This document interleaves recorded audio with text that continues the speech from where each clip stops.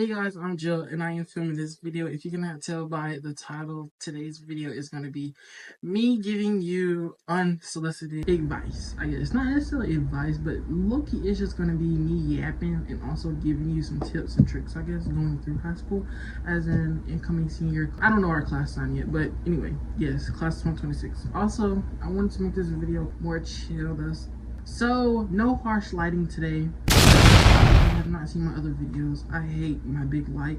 I know it has been a long time since I have been on here. I have recorded several videos, but have lacked the strength to edit them. And I feel like it's already known that I don't know how to edit, so that says a lot. But yes, let's just go ahead and get into this video. And I'm gonna see if I can put a little bit of jazz music in the background. Okay, so I have like a few points I wanna kind of make in this video. So the first one, I have it on my whiteboard, so I'm gonna just kind of go through it and go from there. Okay, the first, like, this is just like 3 general things I think that people should know. The first one is like, okay, it's okay to fail a test, but like if you make a 0, that's where it gets kind of tricky, because it's like, to bring up a 0 to a 70, you have to at least make 3 more hundreds. So it's like, just go ahead and put that 32 in the grade book, you know? Go ahead and put that 46 in the grade book. Just put that in the grade book, because that 0 will really affect you. Like, I promise you it will. Especially like when it gets to the end of the class, like the end of the semester, and you want to exempt the class or something like that. But that 0 is bringing your grade down like 5 points, maybe 3, you don't know. And it doesn't matter if you keep on passing, it's gonna be like, dang, my grade is not moving. So again, it is okay to fail, but it is not okay to let a 0 go in the grade book. And obviously if you're like sick or something, obviously make it up. But if you're gonna like make up a test, make sure you study. Like, why would you go to school that day and be like, can I make up a test that was last week? I would not recommend doing that. Like, you know, act like you don't remember that the test actually happened Friday. So when you go in Monday, you know, you can just be like, I'm gonna go back, you know, ask your classmates what was on the test, you know, get a little sneak peek of what might be on it, and then go from there. Don't do that. Don't, you know, take a test the same day that you found out it was a test. Okay. It's okay to quit clubs. Personally, as a person who has quit my school's beta club, low-key, I did have a bit of anxiety from it at first, because I was like, dang, my resume gonna look so boring now, because I quit beta club. I quit, I think, like my sophomore year. But I think personally, if you don't have good vibes with it, quit it. You know, having beta club on my resume is not a hit or a miss sometimes, and if it is, it just is. Life goes on. So I think it's okay to quit clubs, or quit not necessarily just clubs. I just put clubs because that's why I quit. Now, do I regret sometimes quitting beta club? Maybe. I haven't really thought about it since I quit it, I'm not gonna lie. I did it kind of like on my own. I didn't tell my mom or nothing. But when I told her the reason why, she was like, okay, that's kind of valid. So I was like, yeah. But overall, I think quitting clubs is like kind of underrated. If you're in a club and you don't like it, and you're having to pay dues, and you have to pay money to still be in a club that you don't like, it's a waste of money, it's a waste of time, it's a waste for another club that you actually like. So that's why I want to join science club now. Now we have, oh, okay. So personally, I'll say the advice first. Advice is like, if you like the class really nice, like not really nice, but if you like the class, you enjoyed the class, you did well with it, go ahead and put in your mind, okay, well, next year I want to like do the more accelerated version of this class.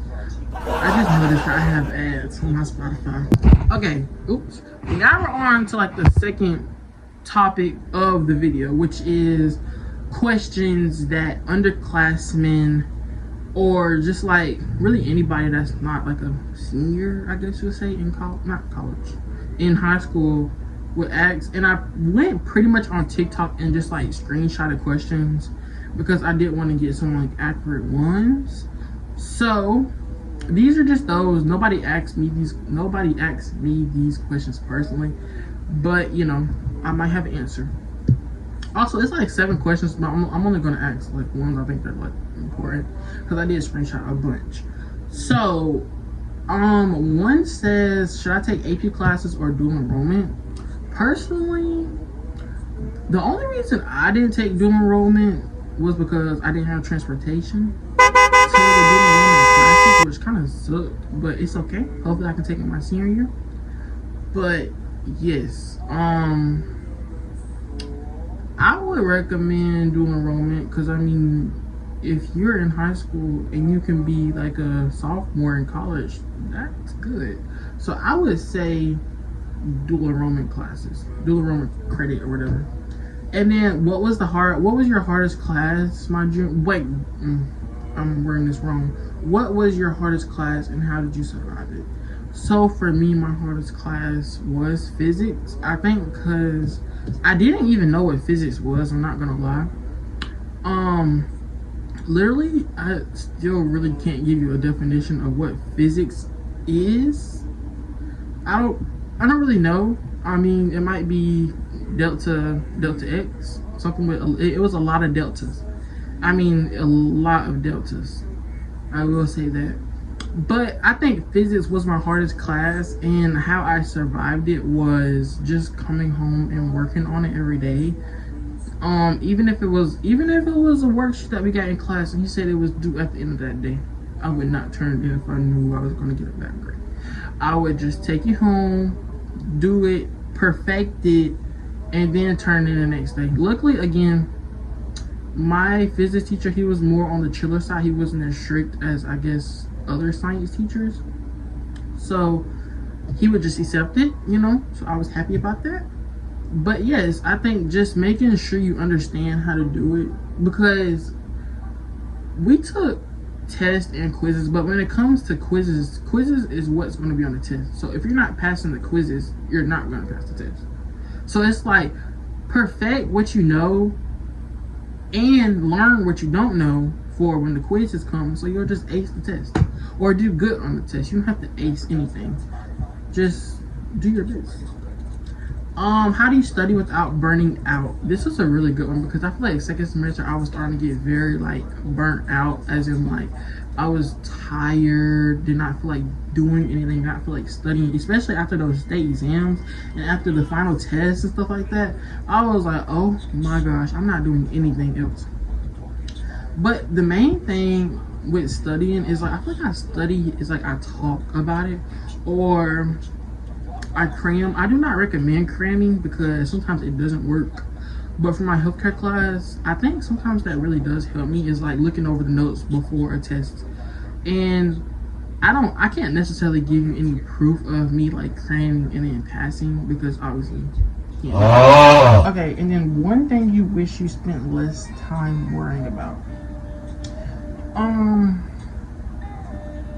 I think personally, spending less time worrying about the due date helps, because if you know the due date, why are you still worrying about it? No, it's valid if you're worrying about it and you don't know when something is due. But if you know when it's due, like, don't worry. I don't know why I used to do that. So that's probably one thing, you know. Stay strong and use your knowledge. Do not depend on AI. I mean, that's the main thing I have to say. Yes, I enjoyed, and I am done filming this, so I hope you have a nice day, and bye.